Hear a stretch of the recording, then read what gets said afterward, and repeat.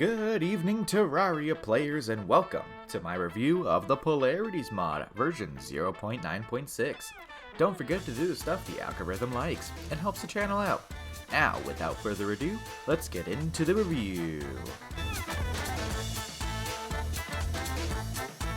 What is the Polarities Mod? This mod is a medium-sized content mod that adds 9 bosses, 2 events, 1 new NPC, and a new subworld, the Fractal Dimension. The progression for this mod goes from pre-boss all the way to a boss that is equal to the Moonlord tier. It adds many unique weapons and a couple of armor sets. Let's start with the good and the bad, starting as usual with the bad. However, I did like this mod a lot. Unlike Elements Awoken and similar to Anarchist, I really had to grasp at straws to find something I didn't like. Really, it's just minor gripes for the bad. Confusing bosses. Yeah, this mod had this issue. While the mod is pretty good at telegraphing most boss attacks, and the bosses are pretty awesome looking, a few attacks and one boss suffers from a lot of confusing attacks. Gigabat is pretty confusing as his bat swarm attacks are strangely telegraphed and seemingly just random. I think the swarm is going in one place due to a certain telegraph, but it ends up going a different way. Hammerphage has certain attacks that look like they hit you only to not deal damage, then have attacks that clearly miss only to hit you. The Polarities is just extremely confusing unless you understand that the background color determines which one you should base your movement on, and the Rift Denizen is just a nightmare of a boss for people who are running this mod blind, like I did.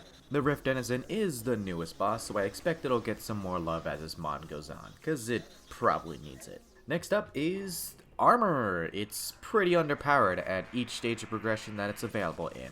This may just be the case for melee, as that's the class I ran for this run, but I never actually used any Polarities armor except for the ones that let you survive longer in the Fractal Dimension. Convective armor, which you could obtain right at Golem, wasn't as good as Turtle or Beetle, which you could also obtain at Golem. Self-similar was probably worse than all of those, and Fractal armor wasn't as good as Molten, and so on and so forth. I'm hoping the armor gets some love whenever Polarities gets another update, cause it just ain't happening with this one. Seems like all the effort went into the bosses and weapons, and just leaving the armor in the dust. Is it a bad thing? I like using modded armor. Next up, the Fractal Dimension is kinda boring. It's a pretty neat concept that subworlds exist, but the Fractal Dimension feels like the modding community's first real step into it. There's 3, air quotes, biomes in this subworld, but the only difference is the blocks used and water just being there. This subworld has the same enemies in all 3 biomes with really no difference, but the desert has Fractus, and that's about it. The mechanics surrounding the dimension and how the dimension functions is great, but it's just boring, a bit repetitive. You see it once and that's the whole dimension. It's nice that beating Golem gives a reason to go back, but all you do is grab this self-similar ore and just skedaddle. Could use some improvement and reasons to continue going there.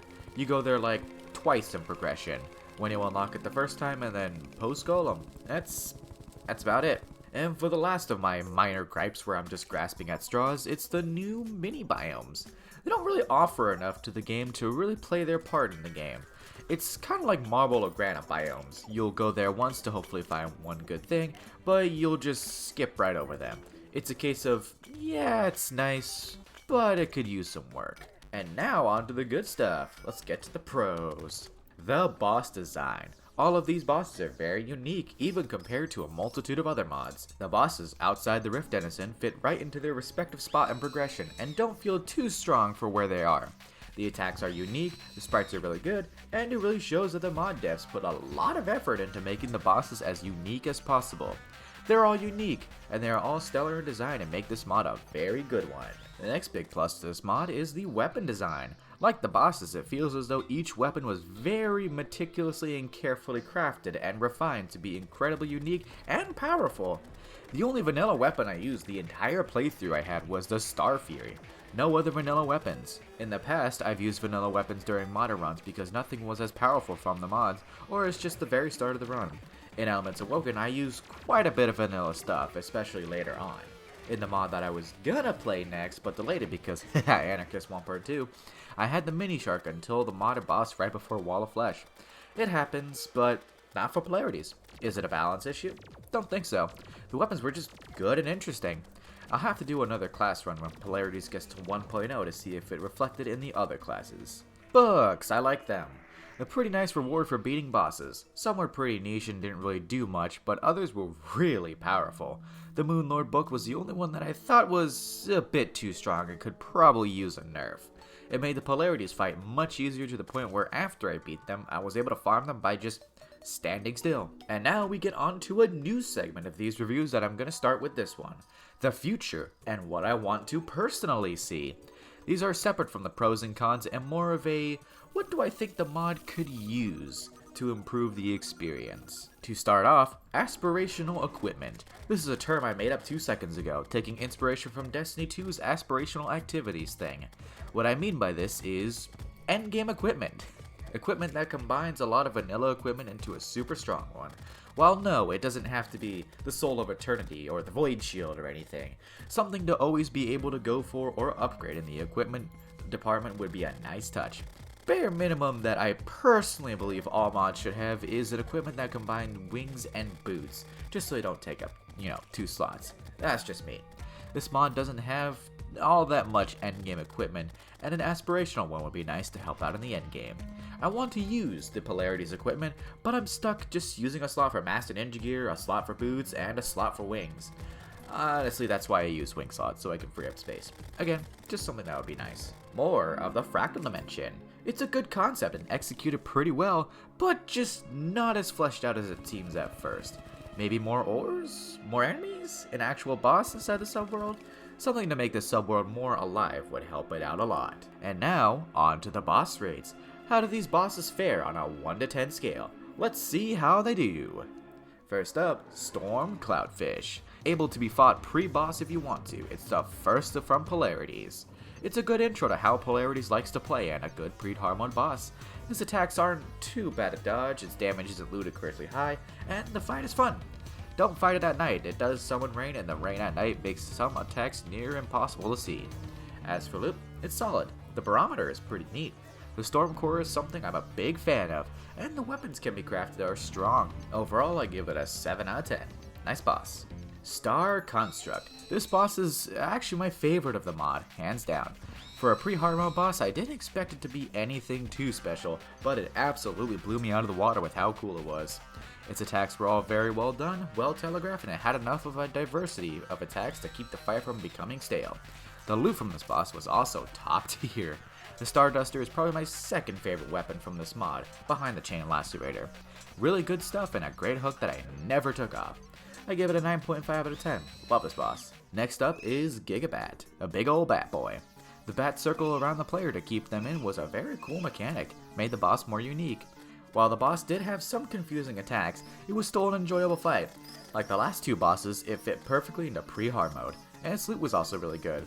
The chainsaw was strong and its expert mode item was ridiculously strong. I'm gonna give this boss a 9 out of 10, point deduced for its confusing attacks. Rift Denizen, the most confusing boss of this mod. To be completely honest, I'm really not sure I can rate this boss. Even though I beat it, I still did not understand the fight whatsoever. It did unlock the Fractal dimension, which was nice, but it was still a fight that left me more confused than satisfied that I beat it. So I really can't rate it, just a question mark out of 10.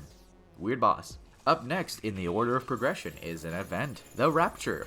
The events in Polarities are different from events in Vanilla and other mods. While others focus on swarms, the events in Polarities are based around mini-bosses. For the Rapture, the enemies are hollowed based. The event spawns right after you beat the first mech boss, and I honestly wasn't a fan of that. To me, it interrupts the flow of progression to just be shoved into this weird stage of the game.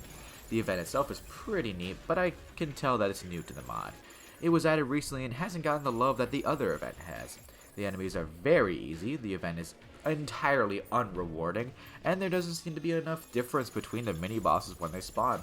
Until the last, 4th of the event. There was the same 2 until then. The event isn't bad, but it could use some love. 5 out of 10. It's okay. The Sun Pixie, a boss that spawns immediately after the Rapture is defeated. Caught me off guard. This boss is another pretty fun one. Its attacks keep you moving, and its added attacks as his health got lower changed up the fight. If it wasn't for those new attacks, the fight would actually have gotten stale. But the last bit of health changed up the fight, and I like that. The loot was also pretty decent. The laser cutter was very nice. Overall, I give it an 8 out of 10. Neat boss, could be better. Next up, we have the Pestilence, the second event of the mod. It also started very abruptly after the third mech boss goes down. Out of the two events added, this one felt much better. Each mini-boss had a respective drop, some even with weapons, and they were all a bit more challenging. The better of the two, but like the Rapture, it did drag a bit. Less so than Rapture, but there were still moments where I just kinda stood around with nothing spawning. The mini-bosses were leagues more mechanically unique than Raptures as well, with one Pestilence boss even having full-on boss mechanics with his shadow clones. Neat event. 8 out of 10, stop having them start so abruptly. The Esophage spawns right after you finish a Pestilence event. It's another boss with really unique attacks. The boss design was a good mesh of Crimson and Corruption, with moves and attacks that were inspired by both. Were they hard to dodge? Nah. This boss was pretty easy, which is fine. For loot, it dropped quite a lot. What its loot could make was where it got good. The evil DNA it dropped could go into my favorite weapon of the mod, the Chain Lacerator, so its loot is top tier to me. Overall, an 8 out of 10. Nice boss. The Pixie, the fan favorite boss. Does it live up to the hype surrounding it? Short answer, yeah. Long answer, the fight is great. It's a better Sun Pixie and with some new attacks slapped on top of it. The attacks this time were a lot more varied, so the fight really didn't get stale. If I was to say there was a downside, it would be that you have to summon it during an eclipse. Not really a downside, but I dislike strict boss spawn restrictions. For loot, it's pretty good. While I didn't use the melee weapon from its loot pool because it glitched out, it was an upgrade to the laser cutter, so it's good in my book. I give this boss a 9.75 out of 10. Great boss. Next up is the Hemorrhaphage.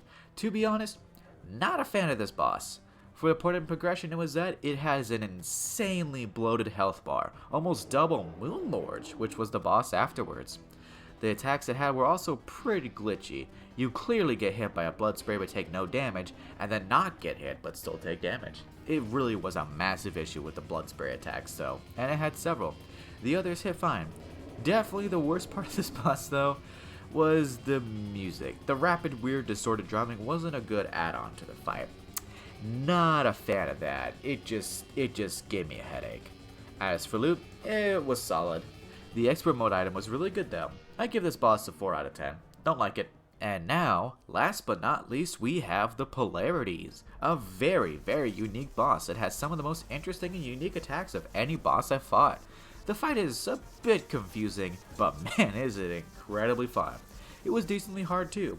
If I didn't have the Moonlord book from the Ghost Rider on me, I would not have beat it first try. But I was still sweating despite it. It's challenging, it's unique, and I like it. How's the loot? The loot is top tier, as it should be for the final boss. The armor that can be made from it isn't the greatest armor in the world, but it's a very cool and unique armor set. The weapons are all extremely good as well. I like this boss. I give it a 9.5 out of 10. Good final boss. So, overall, what's the score? How does Polarities rank among the other mods I've played so far? My score is 9 out of 10. It's a good mod, but could use improvement in certain areas, namely Rift Denizen, armor, and the Fractal dimension. So, what's next? What's the next mod I'll be showcasing on this channel? Starting next week, because I'm really far ahead on editing, is the return of the Anarchist mod. I had a different mod in its place, but decided to hop back into Anarchist since this new 1.2 update just came out. Stay tuned for that next week, and thank you all for watching. I'll see you all in the next one. Blade Burger out.